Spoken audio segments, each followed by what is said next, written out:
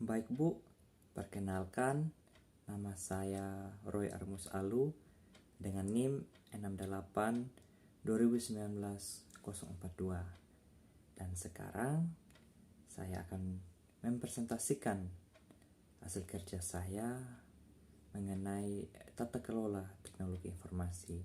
Dan di sini saya akan mengambil topik dari ISO IEC 38500. Berikut adalah hasil presentasi saya.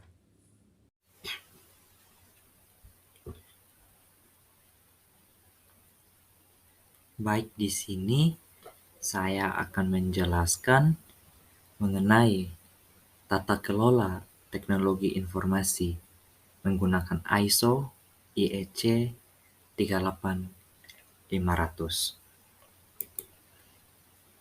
Pada presentasi ini, saya akan menjelaskan pengertian, pihak-pihak yang terkait, tujuan dan manfaat, prinsip-prinsip, model, serta aktivitas utama dari ISO IEC 38500 ini. Yang pertama adalah pengertian dari ISO IEC 38500. Sebenarnya apa itu ISO IEC 38500 tersebut? ISO IEC 38500 sendiri dibuat oleh International Organization for Standardization dan International Electrotechnical Commission. Dan ISO IEC 38500 ini sendiri merupakan sebuah standar yang menyediakan prinsip-prinsip kerangka kerja yang akan digunakan oleh pimpinan untuk mengevaluasi, mengarahkan, dan juga memantau penggunaan teknologi atau TI pada suatu organisasi atau perusahaan. Selain itu juga, standar ini akan membantu pimpinan dalam memahami dan memenuhi hukum, regulasi, serta kewajiban yang legal mengenai penggunaan TI pada organisasi atau perusahaan. Berikutnya adalah pihak-pihak yang terkait. Selain pimpinan organisasi atau perusahaan, ISO IEC 38500 ini juga menyediakan pedoman bagi pihak-pihak terkait yang akan membantu pimpinan. Pihak-pihak terkait tersebut antara lain yang pertama, manajer senior, yang kedua, anggota dari kelompok pengawasan sumber daya organisasi atau perusahaan, yang ketiga, spesialis teknis atau eksternal bisnis, yang keempat, vendor perangkat keras, perangkat lunak, dan juga komunikasi. Yang berikutnya adalah penyedia layanan eksternal dan di internal. Misalnya adalah konsultan. Dan yang terakhir adalah auditor TI. Selanjutnya merupakan manfaat dan juga tujuan dari ISO IEC 38500 ini. Yang pertama adalah manfaat. Manfaat yang dapat diperoleh dari ISO IEC 38500 ini, yang pertama adalah dapat membantu menyusun model tata kelola TI pada suatu perusahaan atau organisasi. Yang kedua, dapat membantu seorang pimpinan dalam mempertimbangkan resiko dan juga mendorong timbulnya peluang baru dari penggunaan teknologi informasi yang ada. Yang ketiga adalah meningkatkan kinerja organisasi atau perusahaan. Dan yang terakhir adalah memberikan kontribusi positif bagi organisasi atau perusahaan. Berikutnya adalah tujuan. Tujuan dari ISO IEC 38500 ini, yang pertama, memberi jaminan kepercayaan pada tata kelola teknologi informasi organisasi atau perusahaan kepada stakeholders ketika semua standar yang ada telah dipatuhi dan dijalankan dengan baik.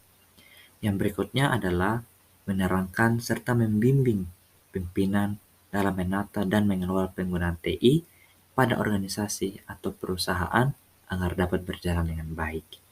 Dan yang ketiga adalah menyediakan dasar-dasar yang diperlukan dalam mengevaluasi tujuan tata kelola TI suatu organisasi atau perusahaan.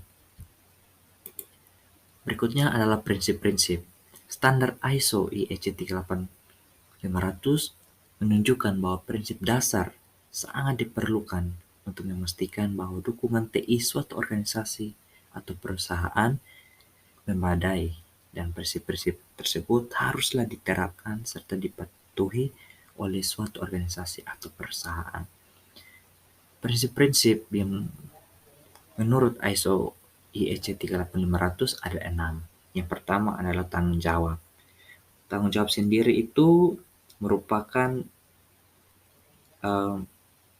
tugas bagi semua pihak, baik itu individu maupun kelompok yang ada di dalam organisasi, itu semuanya harus memahami serta bertanggung jawab terhadap penerimaan dan permintaan teknologi informasi.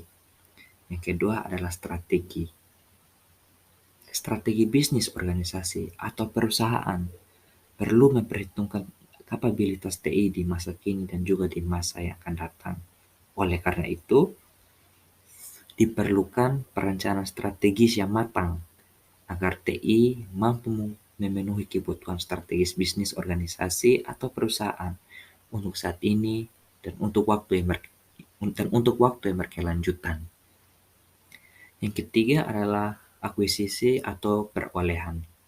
Kepemilikan TI pada sebuah organisasi atau perusahaan haruslah berdasarkan analisis yang tepat dan berkelanjutan dengan mempertimbangkan pengambilan keputusan pimpinan secara bersih dan transparan. Selain itu, perlu adanya keseimbangan antara manfaat, peluang, biaya, dan risiko bisnis, baik itu untuk jangka pendek maupun untuk jangka panjang. Yang berikutnya adalah performa. TI harus memiliki tujuan untuk mendukung organisasi, menyediakan layanan yang berkualitas, dan mampu memenuhi kebutuhan bisnis di masa kini dan masa yang akan datang. Yang kelima, kesesuaian. TI haruslah mematuhi peraturan perundang-undangan dan regulasi yang berlaku. Kebijakan dan kebiasaan harus diterangkan, diimplementasikan, serta diselenggarakan secara jelas.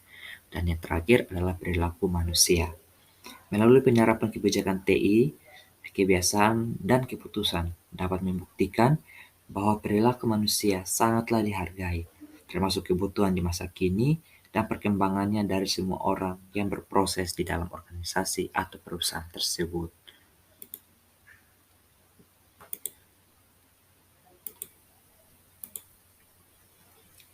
Selanjutnya kita masuk pada model ISO atau IEC 38500 ini. Pada gambar ini merupakan model atau gambaran dari ISO IEC 38500 ini. Dan dari gambar model tersebut terdapat 3 aktivitas utama yang dilakukan oleh seorang pimpinan dalam menata dan juga mengelola teknologi informasi di dalam suatu organisasi atau perusahaan. Ketiga aktivitas utama tersebut adalah evaluated atau evaluasi, direct atau arahan, serta monitor atau pantauan. Evaluasi. Pada aktivitas evaluasi ini, pimpinan harus melakukan evaluasi dan penilaian terhadap penggunaan teknologi informasi di saat ini maupun di masa yang akan datang. Selain itu juga, seorang pimpinan harus mempertimbangkan tindakan yang akan dilakukannya terhadap aktivitas bisnis di dalam organisasi atau perusahaan, baik secara internal maupun eksternal. Selanjutnya adalah direct atau arahan.